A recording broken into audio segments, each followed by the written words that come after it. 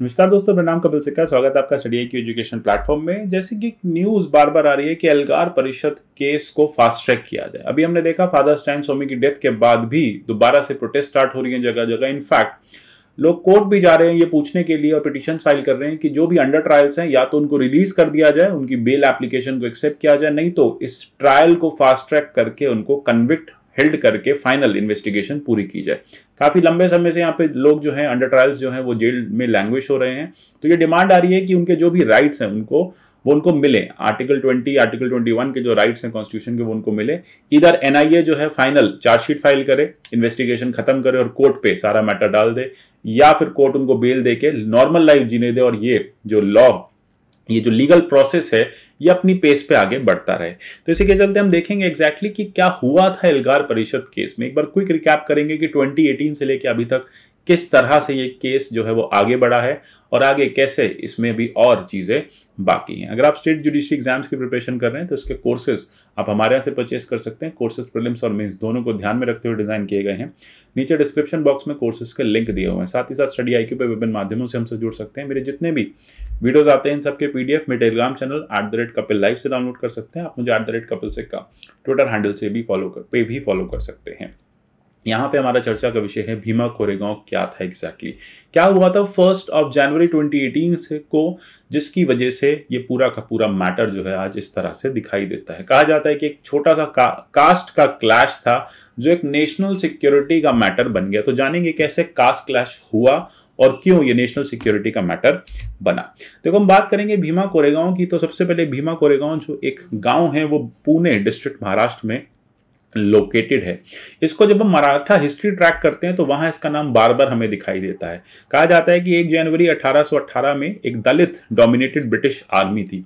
भीमा कोरेगांव के आसपास महार कम्युनिटी के लोग काफी अधिक मात्रा में रहते थे। अब महार कम्युनिटी और पेशवास के बीच में एक कास्ट क्लैश लंबा चला आ रहा था। एक कास्ट डायनेमिक्स जो वहां काम करती थी, जिसमें देशमुख जो थे, जो मराठास थे, वो काफी बहुत ज्यादा वायलेंस करते थे, बहुत ज्यादा डिस्क्रिमिनेशन करते थे महार कम्युनिटीज के साथ। अब ऐसे में ब्रिटिशर्स को एक बहुत अच्छा अपॉर्चुनिटी दिखी जब उनको मराठा के साथ वॉर करनी थी, एंग्लो मराठा वॉर 3। तो उन्होंने महार कम्युनिटी के लोगों को अपने साथ जोड़ लिया। तो ब्रिटिश आर्मी में महार कम्युनिटी के दलित लोग जो हैं वो काम करने लग गए और ब्रिटिश आर्मी मेंबर्स बन गए। ऐसे में जब वो एंग्लो वॉर 3 हुई, ब्रिटिश एंग्लो वॉर 3 हुई, तो पेशवास की आर्मी को डिफीट कर दिया इस ब्रिटिश दलित आर्मी ने। तो पेशवा बाजीराव 2 जो है वो कोरेगांव में हार गए थे और तभी से एक लीगेसी जो है दलित की वहां स्टैब्लिश होने लगी। तो इस बैटल को एक लेजेंडरी स्टेचर दिया जाता है और कहा जाता है कि ये ब्रिटिश और मराठा की लड़ाई नहीं थी, ये कास्ट के अगेंस्ट लड़ाई थी, ये कास्ट डिस्क्रिमिनेशन के अगेंस्ट लड़ाई थी, जिसमें महार कम्युनिटी जो काफी लंबे समय से प्रताड़ित होती आ रही थी, काफी लंबे समय से उनका डिस्क्रिमिनेशन हो रहा था, वो डिस्क्रिमिनेशन के अगेंस्ट वो लड़े और पेशवास को उन्होंने हरा दिया। तो ये it was nothing but injustice. It was a fight against injustice perpetuated by the Peshwas against the Mahar communities. आपको पता होगा अंबेडकर भी महार कम्युनिटी से ताल्लुक रखते थे, उसी कम्युनिटी को बिलोंग करते थे। तो ये तो इंपॉर्टेंस है ही है इस वॉर की। साथ ही साथ दूसरी इंपॉर्टेंस ये भी है कि इस वॉर के बाद जो पेशवा मराठा एम्पायर था वो सिमटने लग गया और ब्रिटिशर्स जो है वो western parts of the country में स्टैब्लिश होने लग गए। और यही कहा जाता है कि एंग्लो मराठा वॉर के बाद ब्रिटिशर्स का जो दबदबा है उस एरिया में, ब्रिटिशर्स की जो प्रेजेंस है उस एरिया में वो बढ़ने लगी और Maratha empire towards roll back और टुवर्ड्स डिसमेंटलिंग होने लगा। तो ये एक बड़ी बात है कि इसके बाद ब्रिटिशर्स को भी वहां पे एक्सेस मिल गया, महार को भी अपना लॉस्ट आप कह सकते हैं डिग्निटी वापस मिल गई और पेशवास जो है वो वहां से उनको जाना पड़ा। मराठा जो एम्पायर है वो खत्म होता गया। ये एक बड़ी क्राइसिस की बात लोगों के दिल में तब से रह गई। इसी के साथ साथ ब्रिटिशर्स ने कुछ और भी, कहते हैं ना कि आग में घी डालने वाली बात की, वो ये कहा कि एक विजय स्तंभ वहां पे भीमा कोरेगांव में स्टैब्लिश किया। जैसे अभी आपने पिक्चर में देखा, ये विजय स्तंभ जो है ये ब्रिटिशर्स ने स्टैब्लिश किया। ब्रिटिशर्स इसको विक्ट्री पिलर की तरह स्टैब्लिश करके गए और कोरेगांव के जो महार समाज के लोग हैं, महार कम्युनिटी के जो लोग हैं, दलित लोग हैं, उनको क्लियरली कहा कि भैया हम आपकी मेमोरी में लगा रहे हैं, हम इस मेमोरी में लगा रहे हैं कि आप लोगों ने मराठास को हरा दिया, आप लोगों ने पेशवास को हरा दिया। तो ये इंस्टॉल किया गया ईस्ट इंडिया कंपनी द्वारा और ये एक मेमोरी पिलर के नाम से देखा जाता है। अब 1927 में जब डॉक्टर बी और अम्बेडकर भारत वापस आए तो वो इस प्लेस को उन्होंने जाके विजिट किया, इस विजय स्तंभ को उन्होंने विजिट किया, और तब से यहाँ पे भीमा कोरेगांव मेमोरियल में लोग आने लगे इस विक्ट्री को सेलिब्रेट करने के लिए। अब साल में हर 1 जनवरी को जो महार कम्युनिटी के लोग हैं वो भीमा कोरेगांव में इस जगह जाते हैं और विक्ट्री को सेलिब्रेट करते हैं, और वो ये इन बातों को रिकॉल करते हैं, मेमोराइज करते हैं कि किस तरह से हमारे पूर्वजों ने पेशवास को हराया था। तो ये कास्ट का एंगल था पूरा, जो बाद में नेशनल सिक्योरिटी का एंगल बन गया। तो यही हुआ था 1 जनवरी 2018 को। 1 जनवरी 2018 को महार कम्युनिटी के लोग यहाँ पे सेलिब्रेशंस के लिए जा रहे थे अपनी विक्ट्री, एंड ऑब्वियसली देखा जा रहा है कि ये जो पूरी की पूरी विक्टोरियस मार्च थी, ये वहाँ के अभी के जो देशमुख्स हैं, जो मराठास पेशवास के जो आगे डिसेंडेंट्स हैं, जो फैमिलीज हैं अब जो रह रही हैं, वो इसको लाइक नहीं करते। वो इस तरह की किसी भी चीज़ को लाइक नहीं करते जिसमें उनको नीचे दिखाया जाता है। और ये वो कहते हैं कि यहाँ पे जो महार कम्युनिटी के लोग हैं ये विक्ट्री हर साल सेलिब्रेट करके हमें नीचा दिखाते हैं। तो ये कास्ट क्लैश और बहुत लंबे समय से चलते आ रहे हैं। 2016 में भी इस तरह के क्लैशेस हुए, 12-13 में भी क्लैशेस हुए, छुटपुट क्लैशेस होते रहते हैं। वायलेंस की जो घटनाएं की जो इन्फॉर्मेशन है वो समय समय पे आती रहती है। अब बात आता है कि हम इसको एल्गार परिषद केस क्यों कहते हैं। देखो, एल्गार परिषद एक फोरम है, कोलिशन है कुछ एक 250 दलित नॉन प्रॉफिट ग्रुप्स का। ये एल्गार परिषद के थ्रू बहुत सारे एकेडमिशियंस, रिटायर्ड जजेस, एक्टिविस्ट, दलित लोग ये सब जुड़े, और इन्होंने एक 200 साल की जो एनिवर्सरी सेलिब्रेट करने के लिए ये लोग मिले थे 31 दिसंबर 2017 को under the banner Elgar Parishad. वहां से इसका नाम पड़ा एल्गार परिषद। एल्गार परिषद इसका नाम रखा गया, ठीक है। तो यहाँ यूनिटी की यहाँ पे बात हो रही है कि हम सब यूनाइटेड हैं। अब यहाँ सबसे बड़ी बात है, कल्चरल इवेंट था ये। यहाँ पे सेवरल परफॉर्मेंसेस की गई, काफी लोग आए, और शनिवार वाडा, पुणे में एक जगह है शनिवार वादी, वहां पे ये लोग सब मिले थे एक दिन पहले, यानी 1 जनवरी 2018 को मार्च करना था भीमा कोरेगांव। ये लोग 31 दिसंबर 2017 को मिले और इन्होंने बातें करी, इन्होंने कल्चरल प्रोग्राम्स की, और इन्होंने देखा कि किस तरह से हम लोग को काफी लंबे समय से प्रताड़ित किया जा रहा था, अब हम जो है विक्टोरियस फील कर रहे हैं।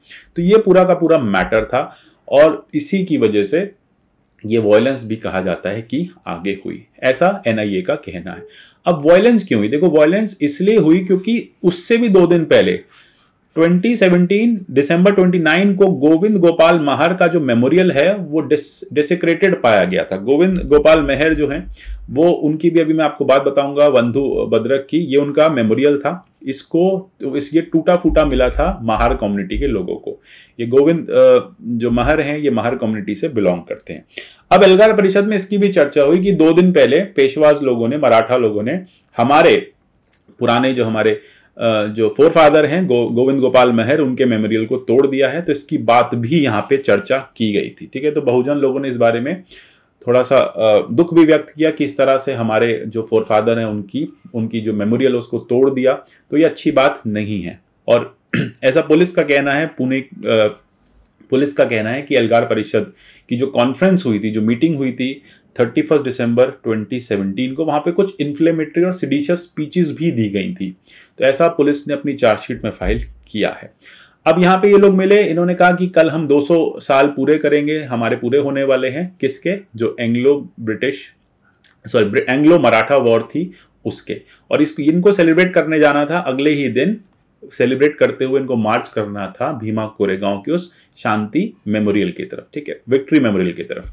अब वो विक्ट्री मेमोरियल में जाते जाते कुछ वायलेंट क्लैशेस हो गए। अब यहाँ पे किसकी तरफ से क्लैश स्टार्ट हुआ, किसकी तरफ से नहीं हुआ, पुलिस अभी तक इसका पूरा अकाउंट नहीं दे पाई है। लेकिन कहा जाता है कि कुछ एक दलित बच्चे थे या कुछ यूथ थे, वो मारे गए बीच में, उसमें एक पर्सन की डेथ हुई।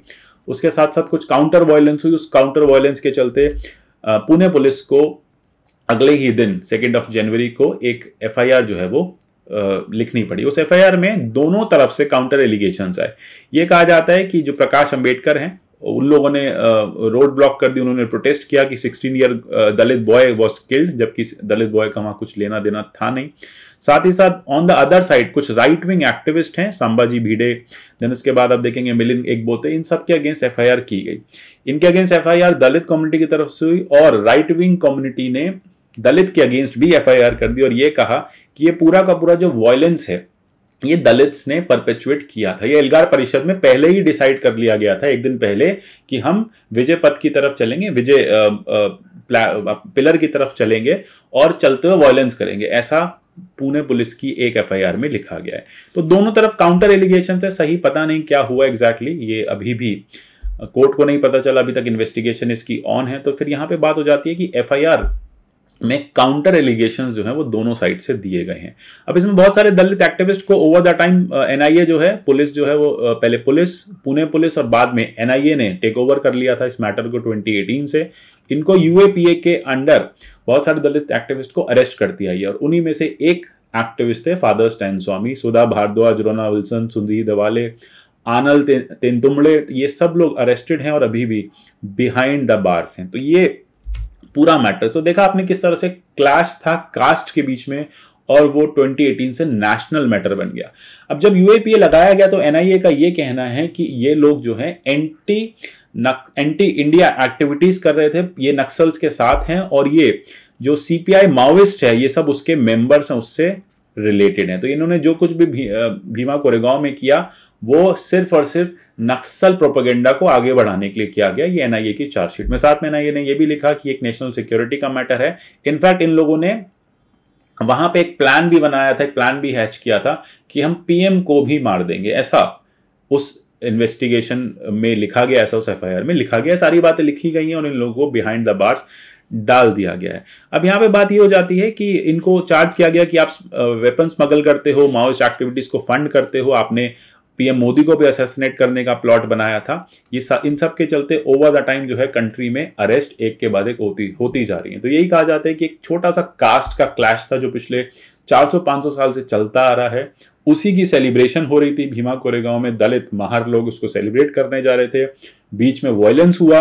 वायलेंस में दोनों कास्ट के लोग, देशमुख और जो पेशवाज हैं वो, और plus on the other side आप देखेंगे जो दलित्स हैं उनमें क्लैश हो गया। वो क्लैश एक लोकल क्लैश था लेकिन बाद में वो एक नेशनल सिक्योरिटी का मैटर बन गया। तो ये पूरा का पूरा इसी तरह से 2018 में जब फाइनल रिपोर्ट फाइल हुई थी एनआईए के एंड से, तो ये तब तक का यही इंस्टेंस था। तब से एनआईए इन्वेस्टिगेशन कर रही है, उसने और भी काफ़ी लोगों को अरेस्ट किया, लास्ट उन्होंने फादर स्टैन स्वामी को अरेस्ट किया था। तो ये एनआईए का पूरा जो इन्वेस्टिगेशन अभी भी चल रहा है। कोर्ट के पास अभी भी सारे एविडेंसेस नहीं पहुंचे हैं, अभी भी एफआईआर की कुछ चार्जशीट्स एफआईआर में बची हुई हैं। कुछ और चार्जेस यहाँ पे एनआईए कह रही है कि हम पहले इन्वेस्टिगेट करेंगे, अगर हमें लगेगा एविडेंसेस मिलेंगे तो नए चार्जेस भी प्रेस करेंगे। लेकिन फिलहाल यूएपीए के चार्जेस तो प्रेस्ड हैं इन लोगों के ऊपर जो दलित एक्टिविस्ट थे या फिर जो भी लोग जेल में अभी बंद हैं। तो इतना ही था भीमा कोरेगांव का पूरा का पूरा सिनेरियो। अच्छा, इसमें बात आती है कि लड़ाई हुई क्यों, ठीक है, क्या हुआ भाई। वो तो एक शांति मार्च थी, ठीक है, एक पीस मार्च थी। वो पीस मार्च से पहले 2 दिन पहले 29 दिसंबर 2017 को दलित लोगों की एक नाराजगी आई और वो आई वादू बुद्रक जगह से। वादू बुद्रक एक गांव है, उसके बाद तो अग्रीमेंट हो गया था। 8 दिन बाद कहा गया कि वादू बुद्रक में एग्रीमेंट हो गया है कि जो गोविंद महार का स्ट्रक्चर है उसे रिसरेक्ट कर दिया गया है, ठीक कर दिया गया है। आपने देखा कि इस तरह से इसको ठीक कर दिया गया है। लेकिन यहाँ पे क्लैश का रीजन यही था कि 2 दिन पहले ये स्ट्रक्चर जो है डेसिक्रेटेड मिला था, टूटा फूटा मिला था और इससे दलित तो काफी नाराज थे। और इसी की उन्होंने बात एल्गार परिषद सभा में भी की थी कि हमारे साथ तो अन्याय होता ही होता है, जो हमारे मेमोरियल्स हैं उनके साथ भी अपर कास्ट के लोग अन्याय करते हैं। तो ये पूरा का पूरा कास्ट मैटर था। अब देखते हैं कि क्या था ऐसा वादू बुद्रक में और गोविंद मेहर कौन थे। तो इसको लेके एक डिस्प्यूटेड हिस्ट्री है मराठास के बीच में, पेशवास के बीच में और महार जाति के लोगों के बीच में। अब पुलिस के रिकॉर्ड ये कहते हैं कि ये डिस्प्यूट जो है वो हिस्टोरिकल डिस्प्यूट है। जो गोविंद महार गायकवाड़ थे वो दलितों के मसीहा माने जाते थे उस जगह पे, लेकिन उनकी दूसरी तरफ जो शिवालय देशमुख हैं वो कहा जाता है कि उन्होंने छत्रपति संभाजी महाराज, जो कि छत्रपति शिवाजी महाराज के बेटे थे, उनके लास्ट राइट्स किए थे। अब संभाजी महाराज जो उनको औरंगजेब ने मार दिया था 1689 में। अब दलित और पेशवास के बीच में यही लड़ाई है कि जब संभाजी महाराज की डेथ हुई तो उनके लास्ट राइट्स किसने किए, मतलब किसने उनको अंत्यशोक्ति दी, किसने फाइनली उनका क्रिमेशन किया। तो पेशवास कहते हैं कि वो हमने किया था, दलित कहते हैं कि नहीं, गोविंद महार को ये ड्यूटी मिली थी उनके फादर के तरफ से, तो उन्होंने किया। तो ये बड़ा पुराना जो क्लैश है चलता आ रहा है, ये हिस्टोरिकल है, इसके बारे में अभी भी एविडेंसेस नहीं है। इसी के चलते वादू बुद्रक जो है वो मेमोरियल वधुपुत्रक में मेमोरियल्स बनाए गए। तो वहां पे एक संभाजी महाराज का भी मेमोरियल है, वहां पे गोविंद महर का भी मेमोरियल है, वहां पे शिवालय देशमुख का भी मेमोरियल है। ठीक है, तो कहा जाता है शिवालय देशमुख ने लास्ट राइट्स किए, दलित कहते हैं कि नहीं हमने लास्ट राइट किए। तो ये जो डॉक्यूमेंटेशन है ये कहता है मराठास का कि 1733 में लगभग 44 साल की डेथ के बाद संभाजी महाराज की उनके बेटे साहूजी महाराज ने 3 लोगों को अपॉइंट किया, गोविंद गोपाल, देन उसके बाद भीकाराम गोसावी और धर्म अधिकारी, और बोला कि आप समाधि का ध्यान रखेंगे मेरे पिताजी की। ठीक है, संभाजी महाराज की समाधि का ध्यान रखेंगे। दलित कहते हैं तब से हम इस समाधि का ध्यान रखते आ रहे हैं, लेकिन जो पेशवाज हैं वो कहते हैं कि नहीं हमारे शिवालय देशमुख ने लास्ट राइट्स किए थे वही इसका ध्यान रखते आ रहे हैं। तो ये कास्ट का क्लैश है, ये एक कास्ट सुप्रीमेसी का क्लैश है जो आपको नेशनल सिक्योरिटी का मैटर बनता दिख रहा है। कई बुक्स में लिखा गया है कि गोविंद महर ने ही लास्ट राइट्स किए थे संभाजी महाराज के, मराठास कहते हैं ऐसा कोई भी एविडेंस नहीं है। तो एक सिंपल एक क्लैश है कि कौन सी कास्ट सुप्रीम है, कौन सी कास्ट नीचे आती है, और उसी कास्ट क्लैश के चलते, उसी डिस्क्रिमिनेशन के चलते ये पूरा एल्गार परिषद का जो मैटर है ये नेशनल सिक्योरिटी का मैटर बन गया। तो इस बारे में इतना ही जानना था। इस तरह का कोई भी अपडेट अगर एल्गार परिषद में आता है तो हम आपको देते रहेंगे। यूपीएससी IAS प्री-कम मेंस के हमारे स्मार्ट कोर्सेज अवेलेबल हैं फ्लैट 50% डिस्काउंट के साथ। studiiq.com या हमारी ऐप से परचेस कर सकते हैं। मिलते हैं अगले ऐसे किसी सेशन में, तब तक के लिए goodbye, take care and God bless you all.